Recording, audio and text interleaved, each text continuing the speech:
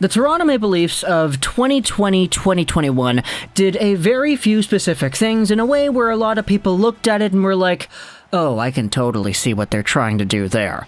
From cheap contracts being handed out to middle to bottom six forwards to the veteran presences being added onto the team, the Maple Leafs had a plan, and the fact that they had themselves a North Division featuring only Canadian teams where one of these teams was guaranteed a spot in the Final Four, Kyle Dubas looked ready to bite, and we all thought that Toronto was going to be a team making a push to go far, and to be fair, it looked like they were going to do that after 5 games against Montreal in the first round, but then we kind of know what happened afterwards.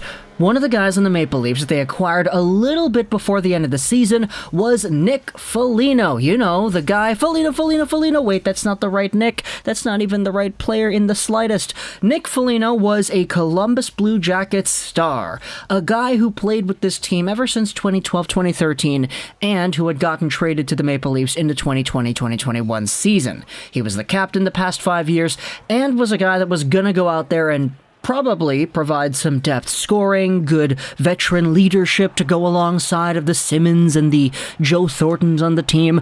It was very obvious what the Toronto Maple Leafs were building. Alas, you had Nick Foligno, who was a consistent 30, 50-ish, somewhat point guy in the NHL in previous iterations of the Blue Jackets. He had 16 points in 42 games in the Blue Jackets system last season. He was then traded over to Toronto in what was a 3-way trade with, I believe, the San Jose Sharks, where they would retain salary. And he had 4 points in 7 games played. Not a bad stint in the slightest to end off the 2021 regular season. Now, in the playoffs, Foligno had 4 games played, he had 1 assist, so a lot of people were really kind of harping on this guy, and a lot of other players in particular, on the Maple Leafs for their lack of production. But as the free agency period came around, Nick Foligno went out there, he was a free agent, his contract expired, which is why the San Jose Sharks were willing to hold on to salary in that 3-team trade. But either way, Foligno was a free agent, he had some options, and he ultimately decided to take his talents to the Boston Bruins. In this video, we're going to be going over an article on the Columbus Dispatch discussing why Nick Foligno did not go back to Toronto, why he didn't go back to Columbus, the team where he originally captained for 5 seasons, nor did he decide to go to the Minnesota Wild. All 3 teams were apparently targets of interest for either party, and in this article, we're going to be discussing why these other teams were not chosen. As always, a link will be in the description if you want to go ahead and read this article yourself. Foligno, though, signed with the Boston Bruins pretty much for one thing. They're wanting to chase the Stanley Cup in the waning years of the Patrice Bergeron era, and they wanted a forward with some bite. That in which Nick Foligno does provide, and, I mean, hey, come on. Foligno is 33 years old, he signed for 2 seasons, you're gonna go out there, you're gonna try to win yourself a Stanley Cup. Boston is a team with proven success, and a team that could give Foligno a role that goes out there and potentially expands on more than what Toronto would have offered Foligno instead. Boston's a team that's really good with utilizing their depth forwards in a meaningful way, and for Foligno to head over to that squad, hey, I don't really doubt that they're going to use him right. If everything goes right, Foligno could get upwards of 25 to 35 points in a bottom 6 role with the Bruins, which is a little bit more than what the Maple Leafs were kind of expecting out of Foligno too. It says right here in the article that the Maple Leafs, they wanted a mentor, a guy whose impact would mostly be off the ice instead of on it.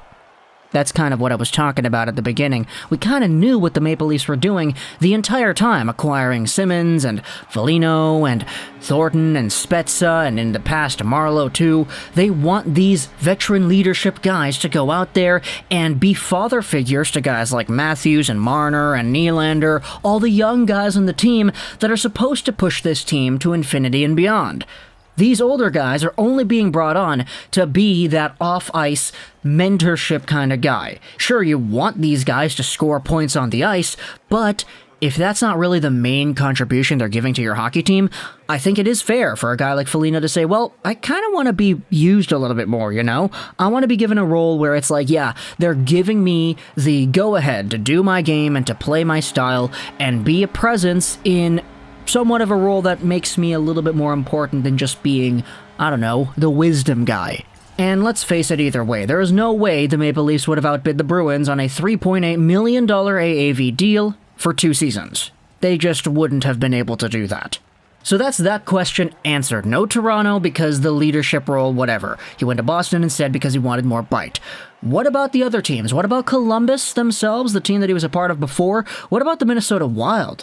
The Minnesota Wild are an interesting one because Marcus Foligno, Nick Foligno's brother, is indeed a player on that squad, and he has been a player on that squad for quite some time now. Marcus Foligno is a little bit younger than Nick is, and he had 26 points in 39 games played this previous season with Minnesota. Pretty good numbers, if I do say so myself.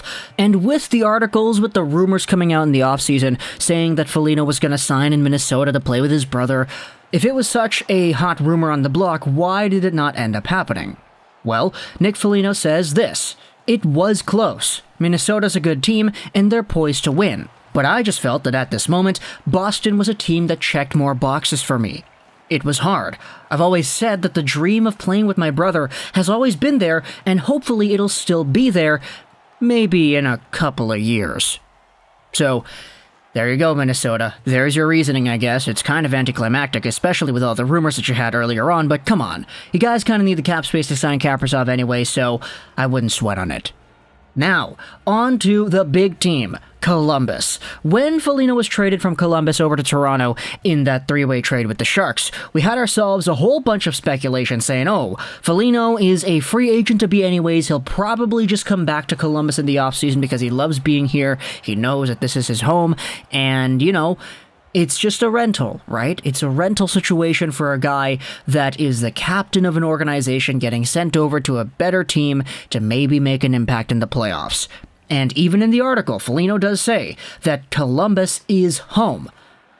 However, the Folignos are selling their home in Upper Arlington, and they plan to rent in the Boston area now. Foligno says this about Columbus: I think that this is home. We've said that before. Our ties to Columbus go way deeper than just me playing on a hockey team. It's become home.